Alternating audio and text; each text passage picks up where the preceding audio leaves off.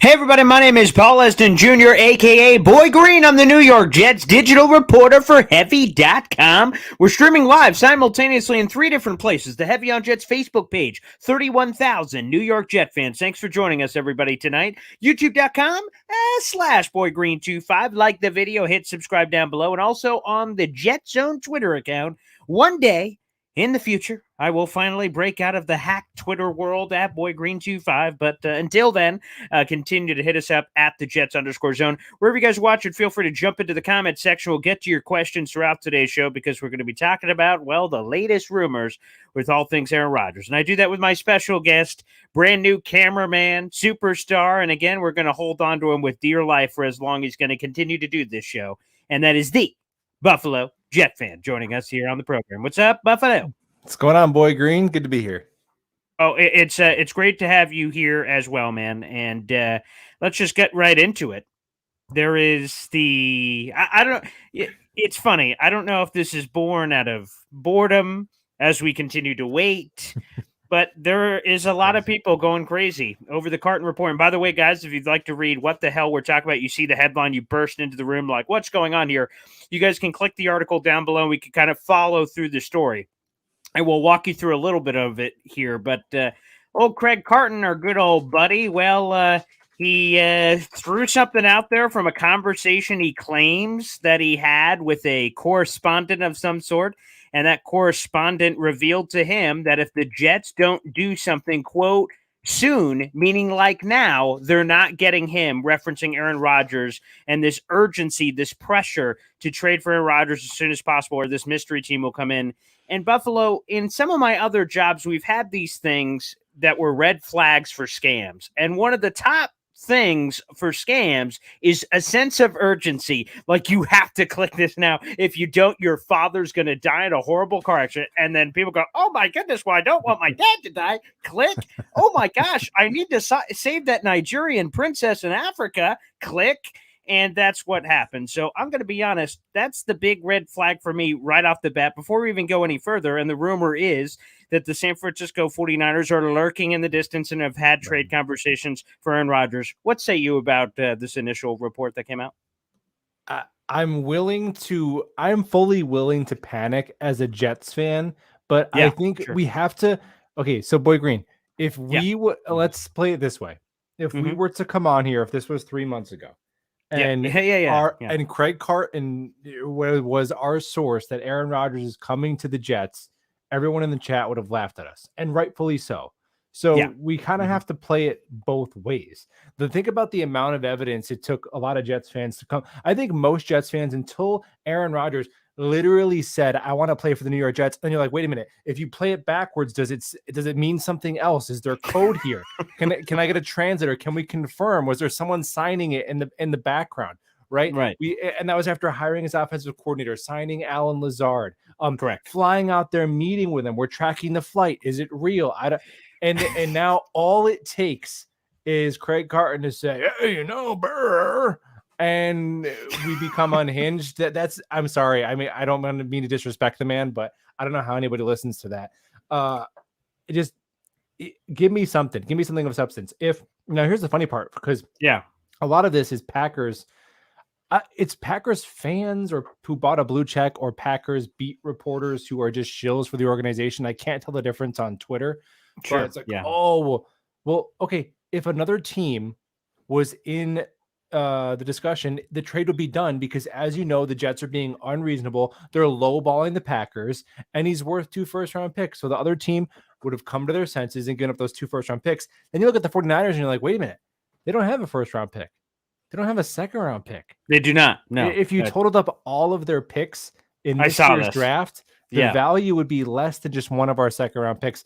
Now, not to mention like no cap space, which whatever.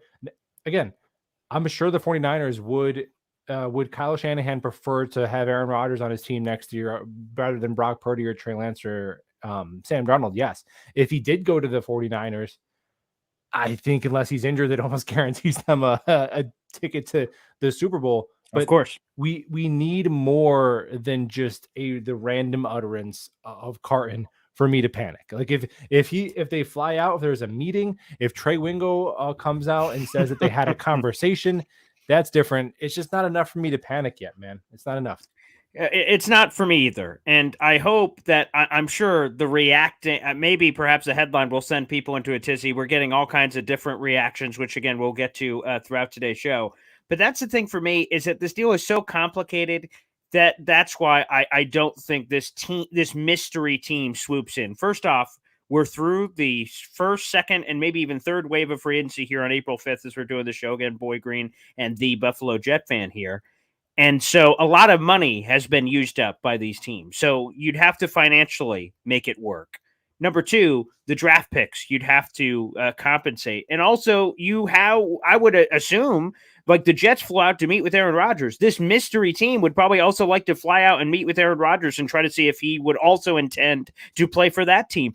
All of those complicating factors makes it seem like to me that it's nearly impossible outside of it coming and clear red flags like we talked about, like Trey Wingo coming out or a report of a meeting with another team. Until some of that stuff comes out, I'm not worried at all, quite frankly. Maybe it's a little obtuse because it was like, 3 weeks ago, probably now, that Aaron Rodgers came out and said it, and then it's been so long of time. But to me, I am not even worried one iota that this trade is going to come through. And I think it's important to note this, although it's lying season, so GMs, head coaches can lie all over the place.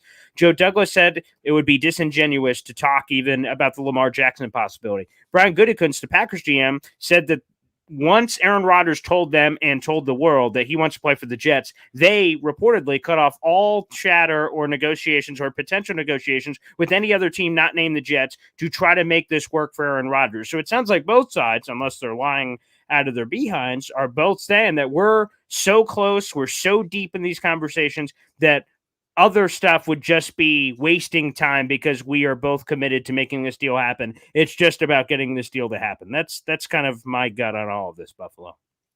Yeah, it's just the law. Like the absence of information can't be reason to panic. Like It just felt like it was like, about time to panic, right, guys? Like that's all that this felt like. It's about panic o'clock. Now it does feel like years since the Trey Wingo tweet came out. It's been like 23 days. It feels like about 23 months.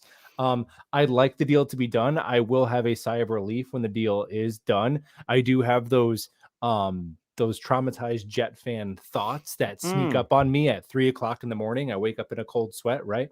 Happens. Yeah. Oh, Kimbrel Tompkins, why'd you drop it? Right? It happens. It happens to the best of us. Yeah. But come on. We have to be we got to be better than this as fans. And with Packers fans freaking out, pretending like this is leverage, it's just like that split. You remember that split second when Lamar officially requested his trade and people were like, oh, the Jets have left. It's like, no, they don't, because it doesn't matter. The Jets aren't trading for Lamar Jackson.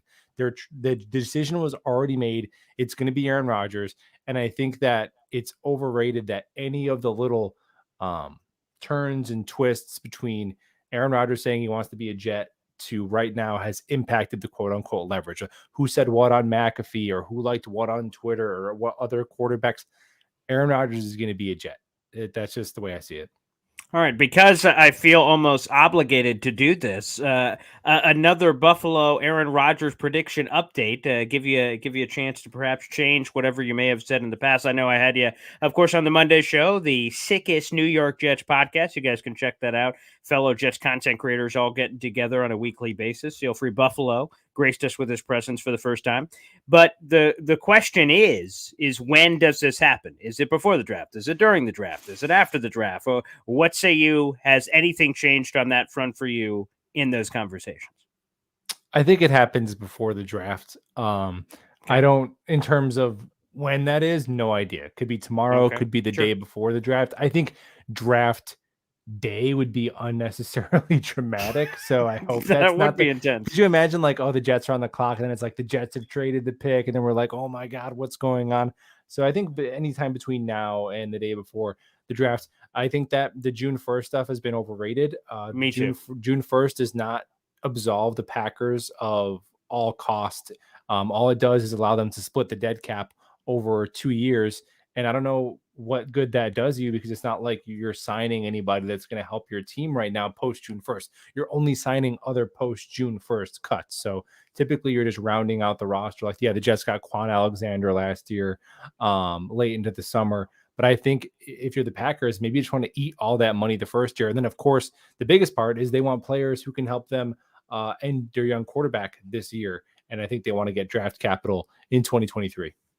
I'm fascinated because I've assumed the entire time, transparently here, being as transparent as possible, that this trade is 100% happening before the draft. But I've let my mind wander. Obviously, we have all this time, so you just think and pontificate that, man, this trade could happen after the draft, and the Jets could use all of their picks to help build around Aaron Rodgers because he's coming. Again, I want to make that clear. He's coming whether it's before the draft, during the draft, or after the draft. That won't change for me. If it's after the draft and Aaron Rodgers isn't a Jet yet, I'm like, he's still going to be, because there's no way Green Bay is going to keep a $60 million backup or a $60 million guy that's going to overtake Jordan Love as QB1. So either way, the Jets are getting him. But I have now started to seriously flirt a little bit more. And again, as soon as this happens before the draft, all this gets lit on fire, of course. But I'm still starting to seriously flirt with, 13, 42, 43, 3 top 50 picks to surround interesting holes on the roster all of a sudden to have. Are you willing to dabble in those waters? Or again, do you have the same level of conviction that I've had a couple weeks ago that this is obviously happening before the draft? So I don't even want to bring my mind there. I'm going to be honest. Mock Draft Monday I've had one guest on the entire draft season, 2 maybe with the combine, but 2 guys on all season. Last year by this point we had like 40. So I didn't want to dabble in places because I didn't think we were going to have the pick. So interesting. What say you?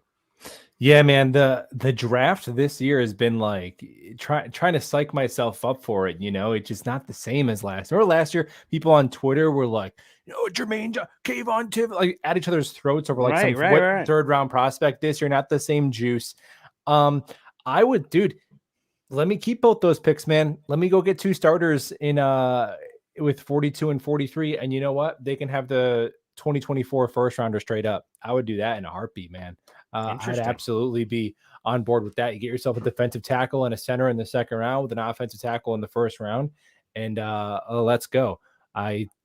Because again, if the draft comes and goes, Aaron Rodgers, the Packers needing to trade Aaron Rodgers does not change. So the only thing that changes is they can now only trade draft capital in next year's draft. So I think you could argue that maybe the sense of urgency right now is on the Packers as we head up to the draft. But if they are willing, they are willing to kind of pass that speed bump, you could argue that maybe to me, the leverage thing has been so dumb, Paul, because leverage means that one side has options. And let's be realistic. People are telling me, oh, well, theoretically, the Jets could get Matt Stafford.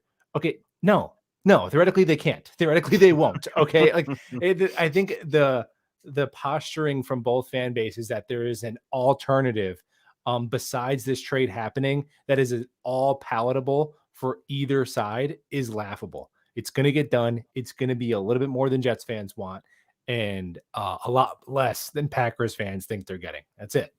Yeah, I love it said so bluntly. Again, guys, if you're watching in any of our multiple streaming platforms, make sure you get involved in the comment section. Of course, subscribe to The Buffalo Jet Fan if you aren't already on the YouTube. Also, the YouTube Super Chat feature is always available. It guarantees you guys get your question or comment answered on the program. We'd very much appreciate that. So, Buffalo, I'm going to put you on the spot here, man.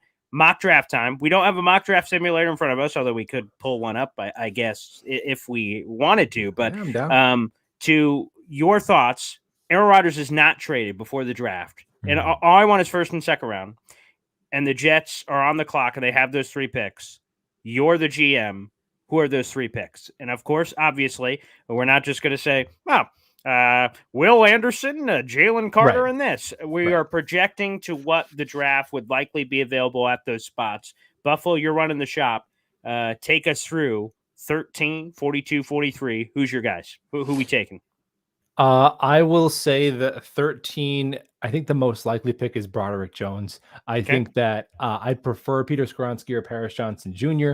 The Jets did take a visit with Broderick Jones. Today, as a matter of fact. Yeah. Yep. And also the Titans did, the Patriots did. So I think he's going to be a top 15 pick. And I think there's a good chance that he is the best tackle available. Honorable mention to guys like JSN. I think the Odell Beckham thing does happen. Paul Boy Green, I think you've manifested it. So I don't think JSN is in the cards. And really, I think they'd have to be blown away with another prospect to go somewhere else than offensive tackle. And, I'm not Joe Douglas, so I don't know, but my best guess would be Broderick Jones at that first pick. The next one is 42, correct? Yes, 42. That is correct. Yes. 42. I think John Michael Schmitz is gone. I think he could go as high as the end of round 1, but I am looking at center. I'm going to go Luke Whippler, center, Ohio State. I think he's going to be nice. Yeah, he is a Jet fan, and I think he's a really good fit. Now, he's undersized. He's only 300 pounds, but he's got the best get off, the best lateral agility in the class, and I think he's a perfect fit for the zone blocking scheme. And I think Steve Avila, TCU, I think he ends up playing guard. I think he's if it's a power man scheme, maybe, but I think Luke Whippler, I don't know if he's the best center in the class. He might be the best center for the Jets, though, so that would be my pick there. And then right after it, I'm looking at the only other place that we definitely need a starter would be defensive tackle. Mazzie Smith, Michigan, if he's there. Okay. Big dude. Now, 2-gapper, so not a prototypical Robert Saleh defensive tackle, a 340-pounder, little Snacks Harrison kind of run stuffer.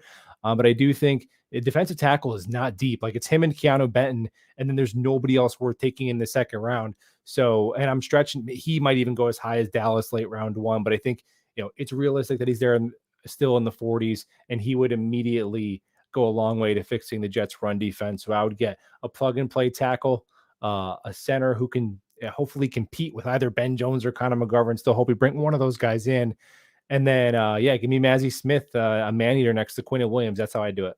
Okay, not a bad mock draft there from the Buffalo Jet fan working that in on the show. Speaking of defensive tackle, we have to talk about it. The big man himself, Al Woods, visiting the New York Jets this week. Good news that it doesn't seem like the Jets are about to get Calais Campbelled. Now that's turning into a verb. That happened with Anthony Barr. Anthony Bard a couple years ago. Calais, of course, was supposed to visit the Jets, fly in the plane, visit with the team. The Falcons gave him this 40-minute call about charity. And it was really about the money. Charity. It was really about the money there for old, Calais Campbell. But interestingly, it seems like from reports, Al Woods had his Browns meeting, left the Browns meeting, and apparently en route or soon to be this week to visit with the Jets. He's not that big, sexy name. He probably doesn't have the same sex appeal as Fletcher Cox or Calais Campbell, who we just mentioned, but he is a big mauler guy that's been around forever. The Seattle ties, he actually had a couple of months with Robert Saleh back in 2011 when they were both on Seattle together. So kind of a big man, not a big name to a lot of Jet fans, but he could be interesting on that line. Yeah, definitely a consolation prize. I think that Calais Campbell was the last guy on the market that you could really see replacing the pass rush production we're losing with Sheldon Rankins. So Woods, he's actually a player or a type of player I've been advocating that they add on this team for the last couple of years. Like, can we just have one defensive tackle that plays the run better than they play the pass? Just one guy who can play the run. And Al Woods is that. He did have 2 sacks last year. So if you're telling me he's taking Nathan Shepard's snaps, I think that's an overall upgrade. And I think Shepard had a pretty good year last year, so I'm not being completely sarcastic. But I definitely think he's an upgrade over Nathan Shepard. I think they have to add another. I'd like to add another body, get his teammate Poona Ford in here, and it at least gives you some flexibility in the draft, because say they go tackle first round and center second round, then you're not able to draft a defensive tackle until 4th round, and it's a very weak defensive tackle class. I emailed your buddy Connor Rodgers, who's coming on the show. We were back and forth on the email. We were just talking a little shop about the stream, and we were talking also, by the way, incredibly just responded to me like I was his best friend who just texted him out of the blue. I'm like, this guy's giving me the time of day. A really nice guy. That's awesome. He's a great guy. I've known him for a long time. And great hair. And better hair than there's a reason me and you are wearing hats. Yeah. Let's just be very blunt. There is a strong reason. Yes. But he was telling me that there's only 6 defensive tackles that he sees as draftable in the entire class. 6? So whoa, yeah, wait, 6. What? He was like, I have 6 guys, and then there's the rest of the guys I have grades on as UDFAs, and I'm like, whoa. Good and then I go on NFL Draft Buzz, and I'm like, yeah, 6 or 7, and then they have all UDFA. So I don't know. I don't think you're getting a plug and play, really impact player at defensive tackle in the 4th round. So let's add a couple of bodies at defensive tackle. Even I don't know, man. Connor McGovern, dude. At what point do you just toss him $5 million and let's come back, come back and maybe It sounds like Bob Ross is drawing off his paintbrush somewhere in the back there, Boy Green. I don't know what's I don't know what that is, but when he beats the devil out of it. But I don't know what that is back there. But yeah, man, let's add a couple defensive tackles and let's bring in a veteran center, man. Give ourselves some flexibility in the draft. Oh man, if you guys knew what was going on behind the scenes here, unbelievable. Yes, that is one of the most. I'm going to be honest. As we're breaking the fourth wall, oh, I'm crying. Oh my god! As we're breaking the fourth wall here, it's funny because everyone, when they see us on camera, right, when anything's going wrong or anything, right, they only see our face and what we show on camera. But then they hear these obtuse noises and all kinds of, and they're like, "What in God's green earth is going on?" Yeah, there it is. Oh, nope, there it is. It is. I'm going to be honest. I have a zoo over here. No comment on that front. But yeah, so where I wanted to go is again the Buffalo Jet fan here. This is great. Buffalo, I have to ask you with that wow, that number's. I don't know if it surprised me. It's not like, again, Connor Rodgers covers the draft better than I can think about the draft.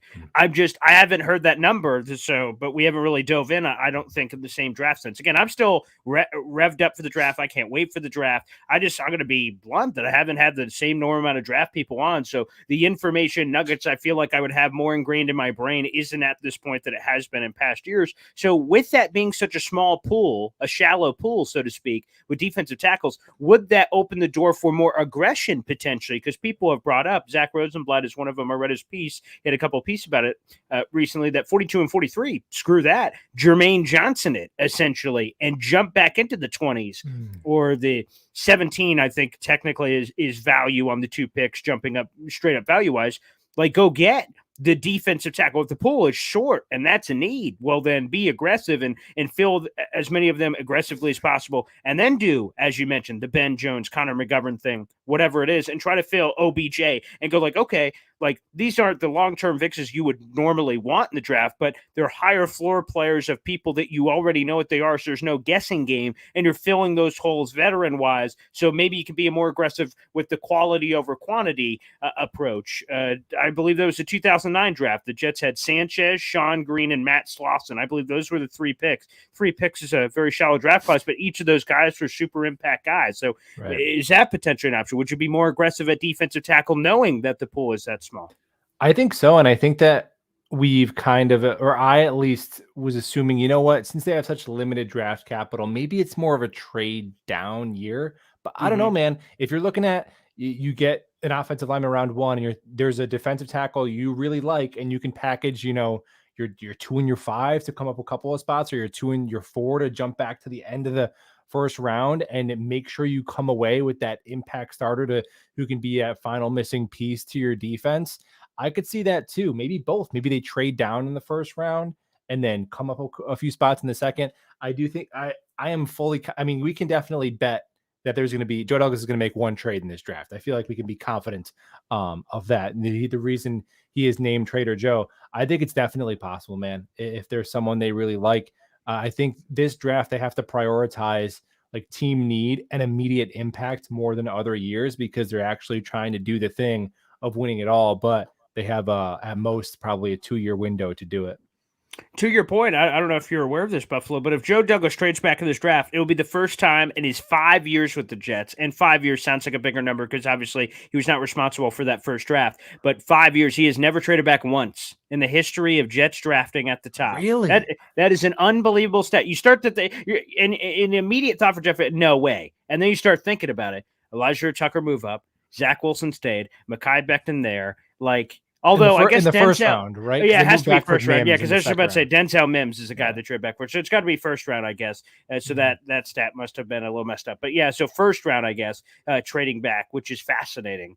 So it's a super interesting thing. Let me throw something else at you, Buffalo. You and the Jet fans in the chat may get your torches and pitchforks and everything on what I'm about to say. We've talked about trading back, trading up, and I know we just kind of flirted with it a little bit on defensive tackle. What about double dipping at quarterback, Buffalo? You get Aaron Rodgers. We know that trade's going to happen. But what about a future guy? What about, and we did a video on this earlier, Anthony Richardson?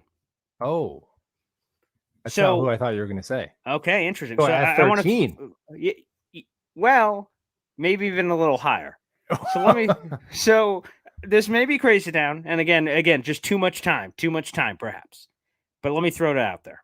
So again, I think we're both on the same page. Aaron Rodgers is happening no matter what. Like so, now, then, later, it's happening. Right. However, if what Zach Rosenblatt here, I'll pull up the quote here because he had it in the piece. And he had a very strong thing on Zach Wilson, apparently no longer being the guy for the New York Jets. Not like he may be QB2 this year, potentially, but that it's not going to matter. That because ultimately the Jets don't believe in him as a long-term option. Here's the quote from Zach Rosenblatt.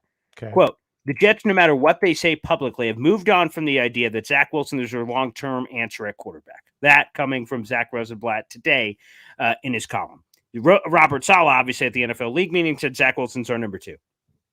But if that's true, that the Jets don't view Zach Wilson as the long-term answer, and the only other quarterback on the roster is Chris Streveler, then why wouldn't you, with Aaron Rodgers coming in at 39, try to play both present and future? I mean, that's what the great GMs can do, is dabble in both of those waters. And I'm going to be honest, I've been a little tickled by 6'4", 244-pound, 4'4", 340, leader in the broad jump, leader in the 40-yard dash. I mean, it's sexy. There's sex appeal. Would you be open to trading up for like an Anthony Richardson who apparently needs time to sit? He could have time to sit behind Aaron Rodgers. I don't know. We did a video about it. Zach Rosenblatt's floated a few things out there that interesting, and I'm tickled. Buffalo, thoughts? I am not. I'm tickled, sure. Convinced, no. Now, okay. I do like Anthony Richardson as a prospect, and if the Jets didn't have, like, if the Jets just weren't getting Aaron Rodgers and it was just Zach Wilson in the quarterback room and Richardson fell to 13, yeah, I wouldn't think twice. But I think that it'd be kind of repeating what the Packers did with Jordan Love, which is kind of Aaron Rodgers, would be kind of ironic. Now, it did lead to an MVP season. I mean, that's kind of curious. You got to keep ticking him off. Anger him. So often, exactly. Right? Yeah. Exactly the point. Yes. Maybe we could anger him with like Hendon Hooker in the mid rounds or something. I don't know if we there you go. I think if you look at the last 2 Super Bowls that were won by teams that got a mercenary quarterback with Tampa Bay, like they don't win that Super Bowl without Tristan Wirfs at pick 14, who came in and was just immediately a plug and play top 5 right tackle. And then I'm looking at the Rams, and they traded picks to bring in Von Miller. Like they used those assets to put these pieces around that quarterback to try and win it all. And you'd hate to come up short in the playoffs and be wondering, man, what could have been. Now, at the end of the day, you play the long game. If we're here in 4 years and Anthony Richardson out there looking like a future franchise quarterback for the next 8 to 10 seasons, of course, that's worth it. But I really think you got to go and try and get a player who can help Aaron Rodgers compete to do it all, and then kind of think about quarterback after you've had a chance to do that. Personally, I think you do kind of have to flip towards the all-in mode quite a bit. And again, there's nothing wrong with your perfectly logical argument that, again, picks to help now. If you're all in now, like, worry about the quarterback right now. Don't worry about the quarterback in 2024, 2025. Like, we can commit to this fully and then just figure out whatever the hell that's going to look like, because veteran quarterbacks could be moved and anything could happen. But just to throw it out there, because if this Aaron Rodgers trade happens after the draft, the Jets obviously would have their full complement of picks this year to use. That's where it gets interesting. Now, that's where. So I think Rich Eisen pointed this out. I saw him earlier today, tweeted out the clip. Yep. At first, I was like, come on, Rich, you're better than this. You had too much time to think about it. And I'm like, okay, let's, you know what? Whatever. It's a Wednesday night. We don't get anything better to do. Let's imagine this scenario. So the Rodgers trade, the draft comes and goes. They can't come to an agreement. Now, let's say hypothetically, the Jets have, I don't know, Will Levis rated as the best quarterback in the class. Sure. I don't think that's likely, but hypothetically, they're like, yeah, this kid's gonna be the next Josh Allen. Yep. And then he's there at 13. Then I think you're faced with some sort. Again, I still think they go Rodgers. I still think that's just tunnel vision. That's the plan. But I don't think they trade for Rodgers and then draft a first round quarterback. But in the very unlikely scenario that one, Rodgers is not traded by the draft, 2, a quarterback falls to 13 that the Jets have incredibly highly rated, then that does open Pandora's box a little bit. But still, man, the growing pains of a young quarterback on a roster that's ready to win right now, I still think it's Aaron Rodgers. That's fair enough. Anywho, I will also throw this out there as well. That, and again, people are going to kill me for this, but hey, we're dabbling here. The Jets, so Anthony Richardson. So here's how I see it: the draft. The top 2 picks are going to be in some order: Bryce Young, C.J. Stroud. Then that 3rd pick is interesting because you could leapfrog in front of Indianapolis, who is likely going to take a quarterback. They've done the veteran thing a couple of times. It obviously has not worked out very well. So 3. To get from 13 to 3, we already did the draft value chart nerd stuff. It would take the Jets 13th overall pick, 42, 43, and a 2024 3rd. Ew. It's not as bad, Just threw up in my mouth. Because if you think about it, like the Sam Darnold trade, going from 6 to 3, there was 3 seconds. That's crazy. Like this, I mean, we're talking about a 2 seconds and a third. I mean, And I would say this. I think what you said is more likely, though. The Will Levis of the world is there at 13. Or instead of going all the way to the top of the draft and doing something crazy, that again, if an Anthony Richardson or Will Levis is like 7, 8, 9, 10, and the Jets have him as highly rated, then obviously you don't have to give up even the draft combination I just said, because obviously with each passing pick, it will get cheaper and cheaper to acquire. But again, I'm just throwing it out there that, again, I thought it was crazy because I'm done with the rookie thing. And it's probably not even the rookie's fault in this class. It's just in general. Sam Darnold, Bryce Petty, Geno Smith, Christian Hackenberg, all these guys. I just want a proven guy. I'm sick of this guessing game. I'm sick of the mystery. But the more that time that I guess we've just had to sit here and think about it, I've just been somewhat, again, tickled, to continue to use that word, about the potential of a guy, because I think that something we're overrating, underrating, whatever the word is, Aaron Rodgers, and insert young quarterback in the room that you're developing, that can only help to be around one of the greatest quarterbacks of all time, seeing how he prepares, how he plays in games, and they have zero pressure, and they're just holding a clipboard, and it's Aaron freaking Rodgers, whether it lasts a year, 2 years, or what. That could only help a young quarterback. Now, I believe that young quarterback that's going to be helped ultimately will be Zach Wilson, and I don't know if Aaron Rodgers suddenly saves him by being there, but I think it can only help a guy like Zach Wilson to be around that, so that same mentality and methodology for the young quarterback they could bring in. I just find that sort of fascinating because it could only help, sort of. Yeah, it can definitely only help. I'll say this. I do think the Jets take a stab, throw a dart in the 5th or 6th round, or at least bring in somebody priority, undrafted free agent like a Max Duggan. They have visited with 3 quarterbacks. So, I mean, they don't make these decisions for absolutely nothing. You have to follow the trends a little bit with their pre-draft visits. So I do think that they do that, and that person competes with Zach Wilson for the number 2 job, which I think Jets fans are completely overblowing out of proportion that Zach Wilson being the quarterback number 2 is going to be the downfall of this season. Everybody name the Chiefs, Bills, and Bengals backup quarterbacks. Okay, you can't. Good point. It's Kyle Allen and 2 guys you've never heard of. So I think a lot of good teams go into the season understanding if their quarterback misses extended time or misses a playoff game, they're toast. And that's just the way I see it. Now, the trade up, man, I can't see that. That'd be. Although I've got a great history of saying things and then eventually kind of wearing you down, like erosion or something. Aaron Rodgers, I don't know. Okay. OBJ, okay. So like, I need trade like up perhaps is the next on my list. Yeah. Apparently, right. It seems like it's the next on the list. I mean, just throwing it out there. It's spicy stuff. And again, we have a lot of conversations to be had for the draft. All right, I'm going to dive through a bunch of comments. We're going to turn it over. I have a few other nuggets, but we'll dive it over to the fans and throw a couple of things out there. I'll go to the very first comment on this video. And this came actually a couple hours ago because the stream has been available for you guys to see. Carton, a clown, typical neurotic Jets fan. Let's all try to spell relax. And again, Joe Douglas does not seem the one, by the way, that suddenly, because again, we go back to the beginning of this where Craig Carton puts out this report from conversations he had about a surprise team coming in. And really the breadth of the report is like, man, Joe Douglas better trade now or else who knows what can happen. I just feel like, again, relax from that standpoint. It doesn't sound like Joe Douglas. would be affected by that. We see Sir Robin coming in as well. And what in the world did the Jets do at the 49ers steal Rodgers? I just don't even choose to live in a world, Sir Robin, on YouTube where that's even possible, or any team for that matter, to be blunt.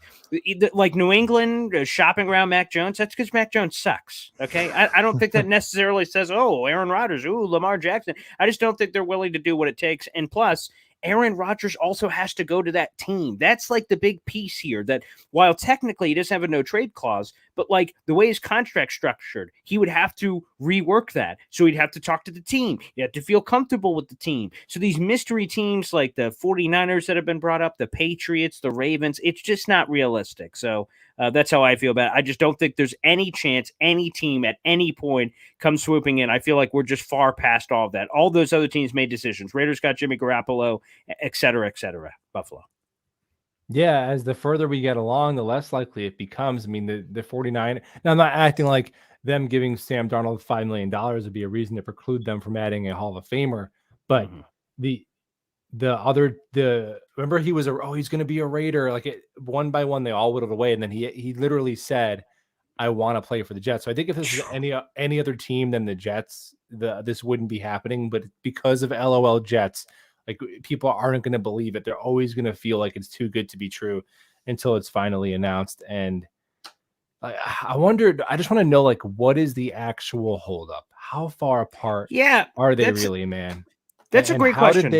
How did they agree to let them take a visit with Aaron Rodgers while being that far apart? Because I was under the assumption it was a wink nod. All right, about this, you know, it's kind of like when the Saints were meeting with Derek Carr originally. Yep. They were like, all right, when he was still a member of the parameters of a trade compensation, about a third, about a third, but we'll talk maybe a third and a fifth.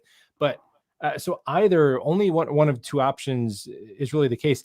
Either one of the two parties, or I guess both parties, are really digging their heels in on just being a little bit apart, or one of them kind of really changed tune at some point during this and started demanding more or less. I don't know. And if you hear if you read the tea leaves about how Joe Douglas talked about it, it sounded a little bit like the Packers kind of put their thumb on the scale after the fact and are demanding a little bit more.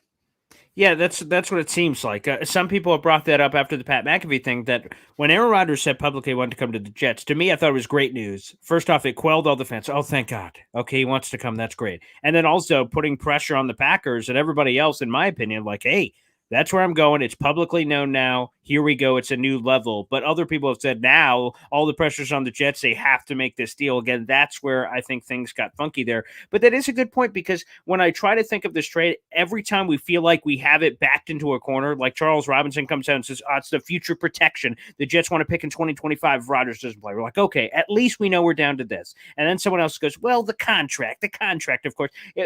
Who's taking how much? That's the holdup. Oh, okay. No, the Packers, no, they want the number 13th overall pick. Ah, okay. Oh, they don't. Brian Gutekunst says. Okay, then what the hell are we waiting for? Again, I'm fine waiting, because if we eventually get Aaron Rodgers, I don't give a crap whether it's now, May, June, July. Again, the earlier the better for all us content creators, I'm sure. But like for me, I mean, it doesn't matter as long as we get him. But that's the thing that I continue to rack around in my brain. And then, of course, that will be the question asked, because once he's eventually moved at the press conference, what the hell took so long to try to get that info? Buffalo, ultimately, what do you think it is? What's the package? That's another thing we've been batting around the 100 million times. So what is the package ultimately that gets done?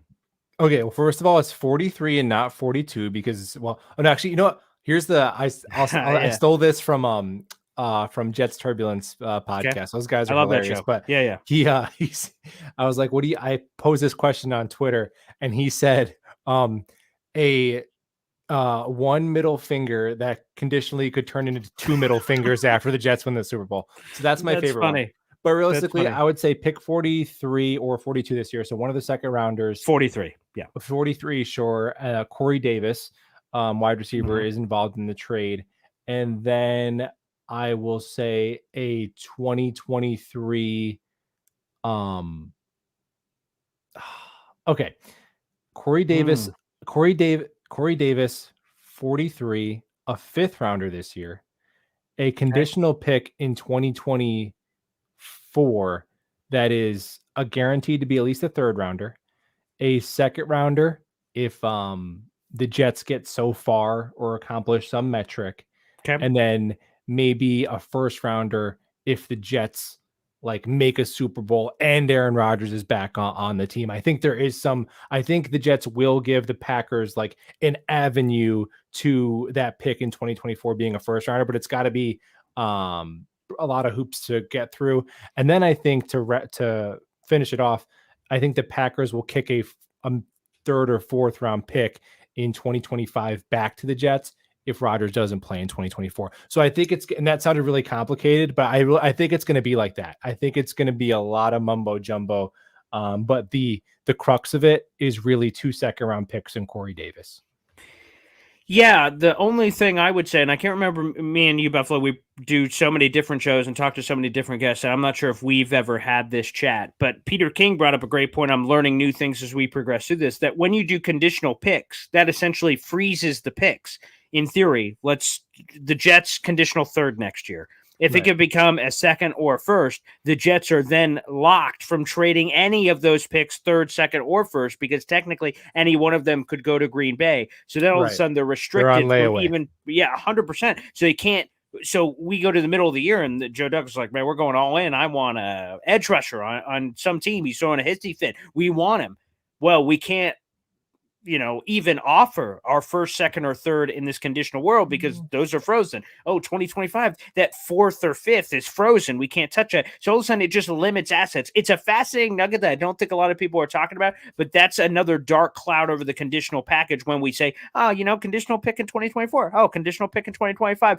Sometimes it's just a hair more complicated, which could obviously affect both sides in some of these conversations, which is I think that's worth protecting yourself. I mean, very rarely do you see significant assets traded at the midseason. Like if you're coughing up a 2nd round pick in a trade, you're usually doing Bradley Chubb went for a 1st, Yeah, don't give up a 1st for Bradley Chubb. Good, freeze that pick, freeze it down, ice it. So yeah, I mean, there's drawbacks to that. I do think there's going to be maybe not that wide of a range where you're locking up like 3 different picks. So maybe it's just like, but I think there has to be conditions on the pick in 2024, most likely. I think, and if it's unconditional, I think it's a 2nd. I think if you're saying just a 2nd and a 3rd, maybe that's a little optimistic for Jets fans. And if you're saying a 2nd this year and then a 1st guaranteed for next year, I think that's way too rich. So to me, the 2 seconds seems about fair. All right, let's go to a former Jets quarterback, Sam Darnold. This may have gone under the radar. He signs with San Francisco very early in free agency, by the way, which is great for Sam to pick in his spot and just going, not waiting. Of course, the 49ers have 3 quarterbacks. Brock Purdy, his arm exploded. Trey Lance's leg exploded. So Sam Darnold, actually, according to Kyle Shanahan, has this weird outside shot to maybe even start the season because of all the injuries that are involved.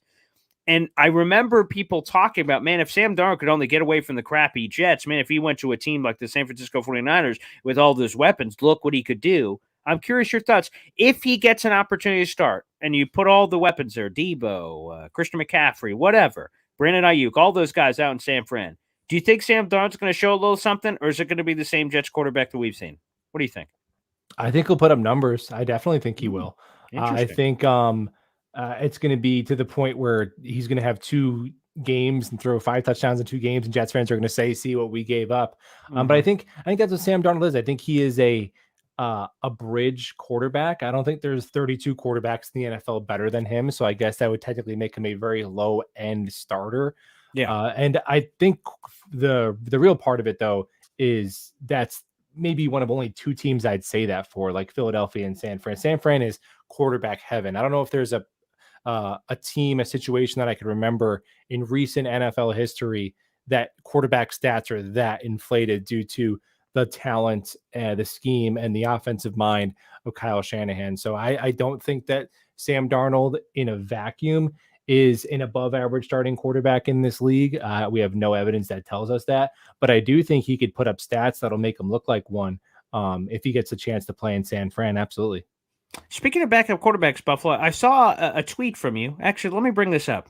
I know they do shows about this where they tell you to explain the tweet.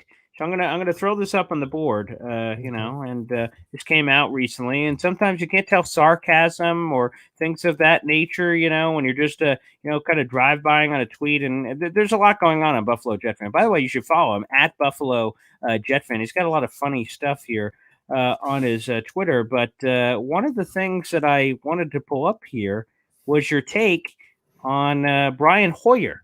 Brian Hoyer signing with the Las Vegas Raiders. By the way, the Jets, for those who don't know, 2 years ago in April, were interested in signing Brian Hoyer as the backup quarterback. Yeah. Oh, here it is. Oh, this is a beauty. This is a freaking beauty. Let's throw this up on the screen for those who may not have seen this gem from the Buffalo Jet Fan. Here it is. Raiders are signing former Patriots quarterback Brian Hoyer to a 2-year deal. Buffalo with the quote tweet, JD, wake up. Hashtag Jets. Hashtag Jets. Buffalo? Yeah, this is well, there's a guy, a lovely gentleman named Joey Clark on Jets and yes, very New York familiar sports Twitter. And the beginning of free agency, like Devin Singletary signed, and he was like, Joe Douglas, wake up. I think like Devin Singletary was Barry Sanders. So now when like some mid-scrub player gets signed, I just kind of do a little troll tweet. JD, that's funny. Wake up. I love that. That is phenomenal. And because I saw a few people took that seriously. Like, hey, man, Brian Hoyer's a little old, Buffalo. It's going to be okay, man. So I've seen some of those reactions on the tweet, which perhaps only make it funnier. So they told you Zach was the number 2, Buffalo. Come on, man. Like, there's no reason to get your panties in a twist. But, I'm seeing a lot of people, unfortunately, took this so seriously. So I'm so sorry for your mentions, Buffalo. On that's that. All right. Sarcasm is hard in written word, so it's all good. Which, by the way, that actually brings up an interesting point because we've been talking about, what could potentially happen here with the quarterback situation. And when we talk about backup quarterback, again, the Jets 2 years ago, so that was heading into that draft, they wanted Brian Hoyer, which would have been an interesting backup choice. The Mark Brunell for Mark Sanchez, the Brian Hoyer for Zach Wilson, interestingly enough, that they tried to, dig water on. Ultimately, he didn't want to go. I think he just ended up coming back to New England. Do you think the Jets need, behind Aaron Rodgers, some veteran quarterback, whether it's, I can't believe I didn't mention this. I don't know if you guys saw this clip. Cam Newton, and he's been connected to the Jets a few times. He released a list, Buffalo. I'm not sure if you saw this. I'm sure this will be another video on the Buffalo Jet Fan. He was on a podcast, okay? Cam Newton, former number 1 overall pick, MVP, brought the Panthers to the Super Bowl in 2015, against the Broncos. That was fun. He was on a podcast, and he said, hey, I think I'm better than, the 32 things he says, like 32 quarterbacks in this league. I'm 32 aren't better than me. However, he says, Bob Ross, thank you, the 32 that are better than me, but he said he's willing to be a backup. And they pulled up a list and slapped it on the screen, and he went through this list of guys he'd be willing to back up in the NFL. That list included Aaron Rodgers, and he said he'd be willing to back up Aaron Rodgers. There's only 10 elite players that made it on this list. Tua made it on the list. We can read the list for old Cam Newton here. I'll make sure I pull this up. There's kind of a funny nugget. So veteran quarterback, is that something that needs to happen for you, Buffalo, that you'd like a veteran behind Aaron Rodgers? Yeah. I'm trying to see if there's a name for this podcast, but I don't really see it here for old Cam, but we will have podcast. No, it should have been, honestly. It should have been, honestly. Okay, this is fantastic. I have to bring this up on the screen. Here is the list of guys. We'll throw this up on the screen. It's an interesting list. I'm just going to be blunt. I don't really know how else to call this list, but here we are. Here is Cam Newton on a podcast. Here is the list. Players Cam is willing to back up. Let's go through them in case you're just listening. Deshaun Watson, Cleveland Browns. Lamar Jackson, wherever the hell he's going to go. Justin Fields. Tua in Miami, Malik Willis in Tennessee, and he mentioned the 3 rookie quarterbacks he just like to kind of groom: C.J. Stroud, Bryce Young, Anthony Richardson, Jalen Hurts, Philadelphia, Aaron Rodgers, who's projected to go to the Jets, Josh Allen in Buffalo, and Sam Howell. Those are the elite 10 that Cam Newton would be willing to ride the pine behind to help thoughts there. Cam Newton potentially, New York Jets. Are you a fan of that? And also, what do you make of his elite list? I am not a fan of. Well, okay, so Cam Newton. Let's while you were finding that, I've found Cam Newton's stats in case I misremembered what the ghost of Cam Newton looked like in Carolina. Sure. So last year didn't play. That's not great on your resume. Now 2021 in a 5-game sample, 0-5. Okay, not a big deal. Backup quarterback, not a great team. 54.8% completions, 4 touchdowns to 5 picks, 5.4 yards per attempt, which was the lowest of any quarterback that had as many pass attempts as him. So that's not washed, boy Green. That is dry cleaned. That is, that is your prom tuxedo. I mean, look, if the Jets had a team like, I don't know, like Jalen Hurts or a quarterback that was featured in the run game, and you needed somebody who could come in and replicate your offense, sure. The other part of it too is, I'm sure he'd be willing to back up Aaron Rodgers, but if you're a veteran backup, I don't know if you want to come to the Jets, because say Aaron Rodgers stubs his toe and now the Jets are faced with, okay, do we put out Cam Newton or do we, break out Zach Wilson out of his box and see what he has? Maybe he has trade value. Maybe he plays good for a 3-game stretch and we have, so I think I don't think it's likely the Jets are going to bring anyone in that, like Teddy Bridgewater. Okay, if the Jets want to pay him, why would he come here when he could go to a team where he would be the clear-cut quarterback number 2? So I don't see it. Although if I don't know, if you told me we had to play a game tomorrow and my only options were Cam Newton out of a quasi-retirement or Zach Wilson, I might play Strevler. I don't know. Like, I'd probably play Zach Wilson. I saw Zach Wilson have a couple of decent games last year, and Cam Newton hasn't had a decent game since 2020. Fair enough. Quite frankly, I'm kind of excited. Maybe that's too strong of a word, but I am. I know not everyone will share this. Aaron Rodgers ain't playing in the majority of reps of opportunities we're going to see. And preseason perhaps being the biggest telltale, the joint practicing, things of that nature. Zach Wilson is getting those reps. I'm curious to see how Zach Wilson handles all this, being behind the scenes for much of the offseason, even with Hard Knocks or anything else coming in. To have that opportunity be thrown out there, I'm kind of interested. I see randomly we got a YouTube super chat in here. Red John, thank you for your support on the show. Who do you think will be better, Hendon Hooker or Will Levis? I heard people arguing about this recently. Even I think Bruce Feldman may have had Hooker. He said he talked to some people where they have Hendon Hooker over Will Levis from teams that he talked to on their draft board. Fascinating. What say you, Buffalo? I do think that Hendon Hooker is going to go higher than people think. I think first rounder. I've heard people. Bruce Feldman had him to Minnesota. An NFL mock draft had him to Minnesota as well. That's the earliest, not the Mike Tannenbaum 5 at Seattle. I think that's crazy. That was funny. Yeah. But I do think, we were talking a couple weeks ago about maybe a mid-round pick. Oh, did the Jets use their, 3rd-round pick when they those had days one? Are over. Yeah, definitely. I think there's a 2nd-round floor on Hendon Hooker. I'd say Will Levis, and a couple weeks ago I would have said I don't know, but I have done a pretty decent amount of I've gotten my draft nerd on the past couple weeks, and I think that with Hendon Hooker, okay, there's the ACL and there's the fact that he's going to be close to 26 by the time the ACL is healed. That's a factor.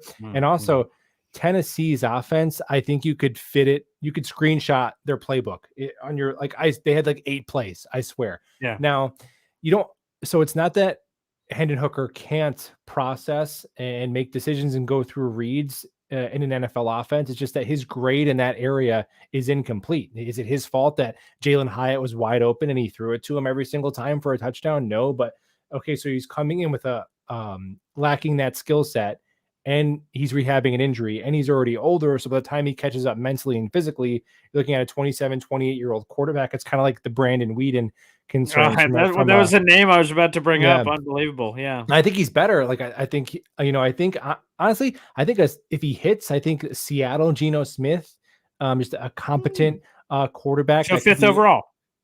Well, no, like the Seattle version of Geno Smith. Maybe if he completely hits and it all works out eventually.